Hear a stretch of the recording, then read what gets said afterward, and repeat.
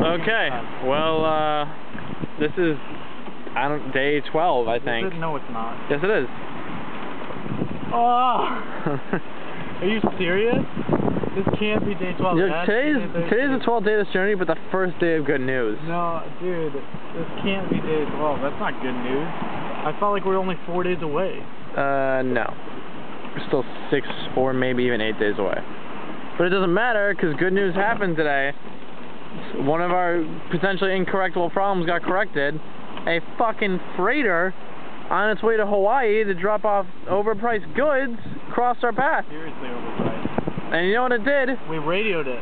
We radioed it. We were like, hey, we're out of water. Water into the bilge by accident because we're fucking idiots. I don't know who did that. I will find and destroy them. Our water's floating around in the bilge. Can you drop us some water? Yeah, and so this is so cool, the procedure. Oh my god, was it First cool. of all, before the yeah. procedure even happened, I saw the barge at a distance. I'm like, that's a pretty big looking ship. That's what you said? Yeah. I said that to Rick. Captain? Yeah. And he was like, shit. He's like, yeah. No, I didn't see it. He saw it. And I came up, and he's like, yeah. He's like, yeah, you're right. It's pretty big. And then we got closer.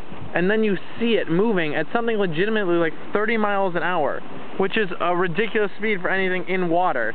And it's flying through the water compared to us. It's like 2, maybe 3 times faster than us. And it's massive. It's like because I'm so used to seeing waves, it's the biggest thing I've seen in days. And like the magnitude and inertia, and the magnitude of its size and its inertia is intimidatingly large. So this thing, like, there's a reason why when you're out fucking sailing, you avoid them like the plague, because they can literally, there's so much momentum, they can crush your boat if you just angled off it, if you just deflected the tiniest tip off their side or whatever of your boat would shatter into 1,000 fucking fragments instantly. There was a boat that pulled in, a cargo freighter pulled into Korea. When they hauled up anchor, they found a fucking mast in their anchor that they hadn't even noticed because they literally ran over a fucking yacht in the middle of the night, and nobody reported it missing or whatever. They never figured out who it was. And of course they didn't fucking feel it, because when you see this thing cut through the ocean, it doesn't, like, the waves mean nothing to it. It's less than roadkill to them. It's incredible how these things are just like the Goliaths of the sea. They're mega. Yeah, so this fucking huge ship, so we radio them. Rick radios them. He's like, we're kind of out of water. Do you guys think you can lend us a hand? And they're like, sure. And with the most ridiculous, I would say the most expediency I've ever seen. Their crew is like a fucking well-oiled machine. They pull up alongside us, cut us off, and drop.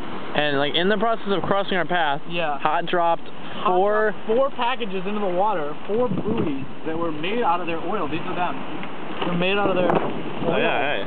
Cooking oil cans. Yeah, and you can see it. Look at the top. It even says where it's from. You see it? Well, Akira right here.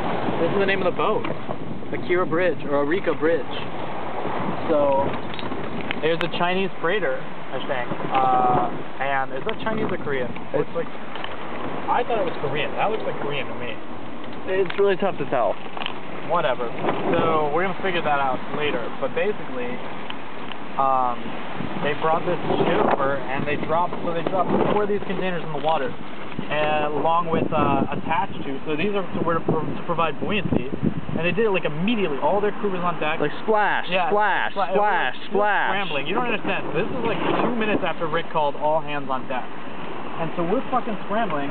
We have to drop our sails, so we're not fighting our own sails with the motor. We're just turning, pick up these packages.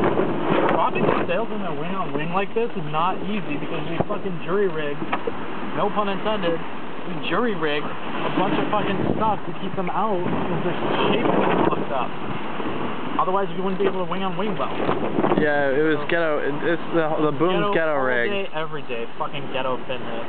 So anyways, they drop this shit in the water, and we're scrambling. We're dropping sails, trying to get around. One guy's spotting. That was Steven. Yeah, but like they keep giving me these jobs that require fucking good eyesight. What are your glasses? Shut up. You're an asshole for not. My glasses don't work anymore. What? What's wrong with you, dude? I need to change the prescription, and they're very dirty. Just put them on. Put them on. I didn't have time. They're already dropping the packages. You're the worst. Put them in your pocket and just fucking keep them. I'll think about it.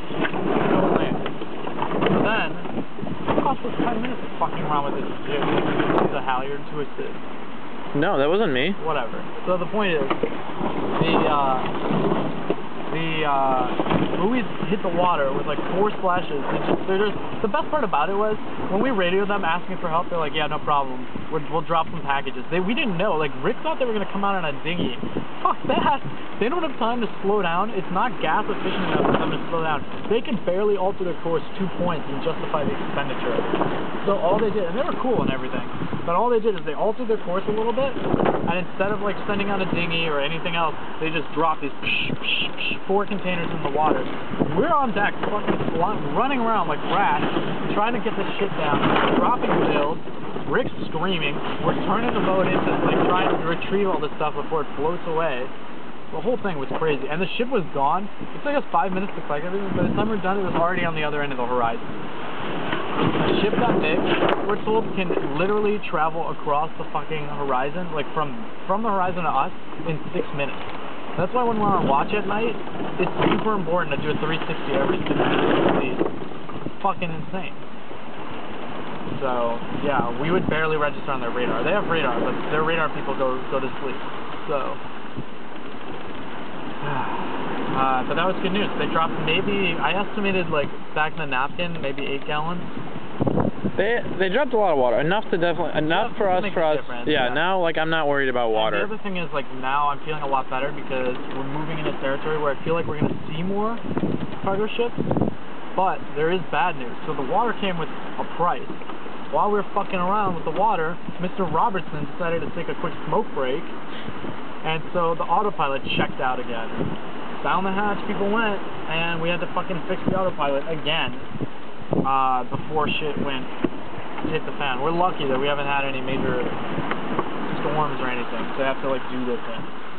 So, I don't know. It was pretty crazy. Mr. Robertson failed, and then the best part, the worst news is actually our fridge has failed now.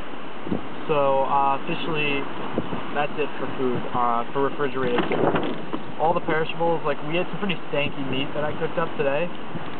We're down to, like, some pre-cooked hot dogs. Which I'm super jazzed about. PB&Js, and we got some potatoes left and carrots. We're really running low on food. So, not really. We're not really low on food. We're just, like... running low on good food. Yeah, whatever. We're going to be down to cans, basically. That's fine. And plus, it's better. It'll be better for me to not have so much food around anyway. I mean, we're not going to run out of like food completely, and we're not going to be killing seagulls and eating them. But we're definitely out of like all the like meat, all the regular goods that we would have like normally, which would be meat and butter and fucking cheese. All that's gone. Well, there's still that pot roast that needs to get made. Oh, that meat was super gross. Why? It's fucking pot roast. Oh, the pot roast is good. Sorry, it's a mystery meat, like steak tips that we got. Oh, that was delicious. Whoa. Let's try one. They're fucking delicious. Fucking Salisbury steak, dude. That's borderline Kildare cafeteria food. Which I enjoyed very much, by the way. Oh, you know. The ravioli was deluxe. Oh, god damn, dude. That's fucking gross. We didn't even get spaghettios, so let's see how this goes. But basically, the next 6 days, 7 days are going to be pretty shitty. No, but they're gonna be chill. I mean, like, as long as we can get some fucking, Now that we got water and, you know, we have to radio the next freighter and ask them for food, I'll do it. I mean, if we can get some legitimate wind, that'd be a different issue. How cool would it have been if they dropped off, like, kimchi and, beef bulgogi? All sorts of delicious. You're really riding the assumption that's Korean, aren't you? It's gonna be really embarrassing if it's not. It could very well be Chinese. Well, either way, yeah. I mean, today was definitely not Japanese. Today was it started off kind of low, and then really, you know, this water is pretty chill. I'm gonna make crumb cake tonight in celebration. Dude, can you do the windscreen? Fine. Thank you. I'm gonna make crumb cake tonight. I made this like I made this like peanut butter and jelly banana bread last night that came out a little interesting. And I don't really know how to cook with peanut butter. It doesn't bake. It just gets liquidy. So like the banana bread was perfect, the base of banana bread. Then you had like this like layer. I think you need to thicken the peanut butter, maybe with some starch or something. Yeah, I'm gonna put like flour in it or something to absorb it. Or I could just finally chop up peanuts. duh. Nah, there's something about peanut butter though. How do they do it? They must use. That's why they use corn syrup in Reese's Pieces, maybe. I don't know. In a Reese's. That's not gonna. They use corn syrup in everything. That doesn't thicken the peanut butter. Cornstarch does though, right? Maybe very well. It could thicken up liquid peanut butter. But the point of the matter is that it was fucking. It was delicious. The texture was a little weird though, because you had like banana bread, rum. Then, It was not delicious. I hated it. Then you had like a jelly. I'm the only one who didn't like it. I'm not the only one. Steven's the only one who liked it. Ben's being a baby. It's the only thing. Barely.